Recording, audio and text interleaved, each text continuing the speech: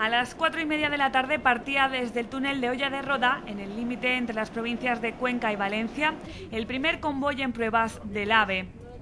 En total, 12 vagones con 365 viajeros, de los cuales más de un centenar eran periodistas acreditados para la ocasión.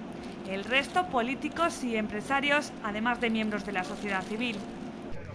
El tren de alta velocidad que unirá Madrid con Valencia será realidad el día 18 de diciembre, pero hoy el AVE ha realizado su primer trayecto en pruebas con pasajeros. Nosotros hemos sido testigo de ello. El trayecto de 98 kilómetros ha durado tan solo 30 minutos. A las 5:02 el convoy llegaba a la estación provisional Joaquín Sorolla de Valencia. Así de contentos se han mostrado tanto el presidente de la Generalitat, Francisco Camps, como la alcaldesa Rita Barberá y el ministro de Fomento, José Blanco.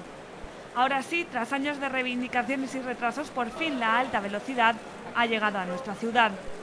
El AVE acaba de entrar triunfal en Valencia para marcar, como tantas veces hemos repetido, un antes y un después en la historia de la ciudad.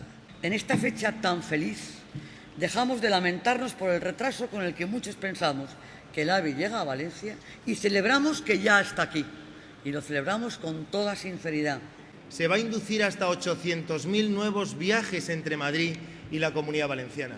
¿Se dan cuenta ustedes de lo que significa de riqueza y de expectativas? Ahora solo falta que llegue también a Castellón y Alicante.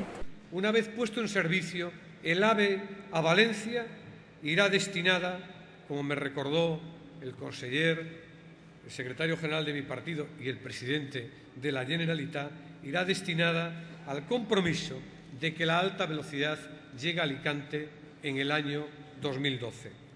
438 kilómetros es la distancia que separa la capital de España de la ciudad de Valencia. A partir del 18 de diciembre, este trayecto solo costará 1 hora y 30 minutos.